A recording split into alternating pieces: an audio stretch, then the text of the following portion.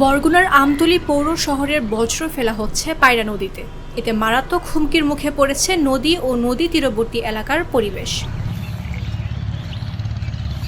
চারপাশে দুর্গন্ধময় বাতাসে দম বন্ধের উপক্রম স্থানীয়দের।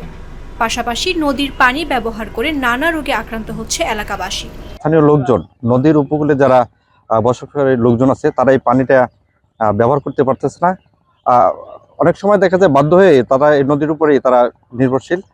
তাদের বিভিন্ন ধরনের রোগ ব্যাধি বেড়ে যাচ্ছে। আমি মনে করি স্থানীয়দের অভিযোগ, গত ৩ দশকে পৌরসভার উন্নয়নে শত কোটি টাকা ব্যয় হলেও বজ্র পরিশোধনাগার নির্মাণ করেনি পৌর কর্তৃপক্ষ। আসলে এই পৌরসভায় মানে ডাম্পিং স্টেশন না থাকার কারণে যেটা হচ্ছে যে পৌরসভার যে বর্জ্য, ব্যাপক পরিমাণে একটা বর্জ্য, যে বর্জ্যটায় পায়রা নদীতে ফেলা হচ্ছে।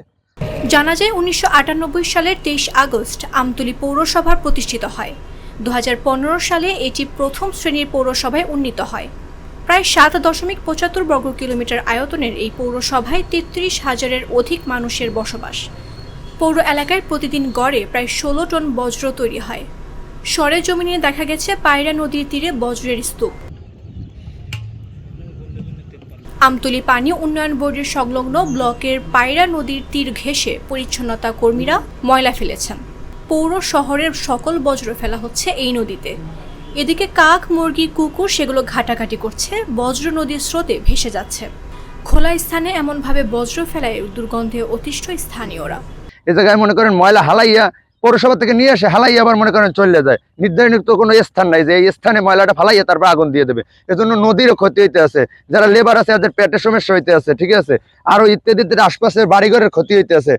দেখা যায় একইভাবে ময়লা ফেলা হচ্ছে বাসুগী খালেও। পলিথিন, চিপস, বিস্কুটের খোসা ভাসছে খালের পানিতে। হাসপাতালে ব্যবহৃত সিরিঞ্জ, কাচের বোতল সহ নানা ধরনের ক্লিনিক্যাল বর্জ্য দেখা গেছে সেখানে। শুধু পায়রা বা বাসুগী খাল নয়, ডাম্পিং স্টেশন না থাকায় ৬ নম্বর ওয়ার্ডের কৃষি রোডের পূর্ব পাশের ডোবা, সাতধারা, খন্তাকাটা, সবুজবাগ, একে স্কুল সহ বিভিন্ন স্থানের সড়ক ঘেঁষে ময়লার স্তূপ করে রেখেছে পৌর কর্তৃপক্ষ। স্থানীয়দের অভিযোগ, ২০১৫ সালে আওয়ামী সরকারের আমলে এটি প্রথম শ্রেণীর পৌরসভা হিসেবে ঘোষিত হলেও বজ্র অপসারণে নির্ধারিত কোনো জায়গার ব্যবস্থাপনা করতে পারেনি পৌর কর্তৃপক্ষ। পৌরসভার বয়স ২৬ বছর। ২৬ বছরের ভিতরে দেখা যাচ্ছে যে পৌর কর্তৃপক্ষ এখন পর্যন্ত একটা ময়লা শোধনাগার তৈরি করতে পারে না। আর যেহেতু ময়লাগুলো সব কিন্তু নদীর ভিতরে ফেলাচ্ছে, আর নদীর ভিতরে ফেলানোর কারণে এই জায়গায় যত লোকজন আছে সব কিন্তু নদীর পানিটাই ব্যবহার করছে। এই জন্য পানি ভিতরে এরা আক্রান্ত হচ্ছে, আর দ্বিতীয়ত নদীর দূষণ হচ্ছে। বিভিন্ন সময়ে পৌরসভার উন্নয়নে শত কোটি টাকারও বেশি ব্যয় হলেও পৌরসভা থেকে ময়লা ফেলানোর নির্ধারিত জায়গা তৈরি না করায় সাবেক মেয়রকে দায়ী করেছেন পৌর বাসিন্দারা। বাচ্চা পোলাপানের ক্ষতি হইতে আছে, ঠিক আছে, কিন্তু এটা যদি সরকার কোনো নির্ধারিত ব্যবস্থা করতে যে এই জায়গায় নির্ধারিত একটা জায়গা করছে, এই জায়গায় ফালাই আগুন দিয়ে দেবে, এরকম কোনো না। নদীর মাছের সমস্যা হইতে আছে, ঠিক আছে, তারপর দেখা যায় এই ব্লকে হাজার হাজার মানুষ ঘুরতে আসে। আমতলী পানি উন্নয়ন বোর্ড সংলগ্ন চা দোকানি লাইলি জাগো নিউজকে বলেন, আগে আমাদের এখানে অনেক লোক ঘুরতে আসতো, তাই দোকান দিয়েছিলাম। বেশ কিছুদিন পৌরসভার সব ময়লা এই নদীর পাশে এনে ফেলা হচ্ছে। দুর্গন্ধে এখানে বসবাস করাই কষ্টকর। আমাদের এই ময়লার জন্য অনেক খুব ক্ষতিগ্রস্ত হইতে আছে। আমরা এই পোলাপান নিয়ে অনেক সমস্যা আছি, গন্ধ আসে, রোগ ব্যাধি হয়, তাদের পেট খারাপ হয়ে যায়। এই আসলে আমরা খাওয়া দাওয়া করতে পারি না, মানুষজন ওই জায়গায় যায় বসতে পারে না।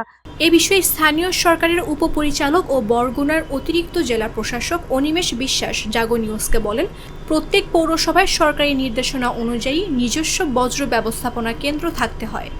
বরগুনা সদর ছাড়া অন্য পৌরসভাগুলোতেও সেটি নেই। আমরা দ্রুতই সরকারি নীতিমালা অনুযায়ী বজ্র ব্যবস্থাপনা কেন্দ্র স্থাপনের জন্য জমি ক্রয় বা অধিগ্রহণ করে পৌরসভার নিজস্ব বজ্র ব্যবস্থাপনা কেন্দ্র স্থাপন করার উদ্যোগ নেব। অবশ্যই নিব। এটা প্রত্যেক পৌরসভার যে সরকারি নির্দেশনা আছে যে প্রত্যেক পৌরসভার নিজস্ব বর্জ্য ব্যবস্থাপনা কেন্দ্র থাকতে হবে। সেটা আমাদের বরগুনা সদর পৌরসভায় শোধনাগার আছে, আবার কয়েকটি পৌরসভায় নেই। এইগুলো আমরা দ্রুতই ব্যবস্থা নেব সরকারিভাবে, যে নীতিমালা অনুযায়ী এর জমি অধিগ্রহণ কিংবা জমি ক্রয় করে নিজস্ব বর্জ্য ব্যবস্থাপনা কেন্দ্র স্থাপন যথাযথ উদ্যোগ খুব শীঘ্রই নেওয়া হবে। আমার একটা স্মার্ট সিদ্ধান্তে 25% গ্যাসের খরচ কমেছে। ভাবছেন কিভাবে? সাধারণ গ্যাস স্টোভ বদলে আমি এনেছি আরএফএল গ্যাস স্টোভ। এর সাইন্টিফিক নজেল ও ব্রাস বার্নার ক্যাপ সমানভাবে তাপ ছড়িয়ে রান্না করে দ্রুত, তাই গ্যাসও বাঁচায় 25%, টাকাও বাঁচে 25%। আরএফএল গ্যাস স্টোভ, নিরাপদ ও গ্যাস সাশ্রয়ী।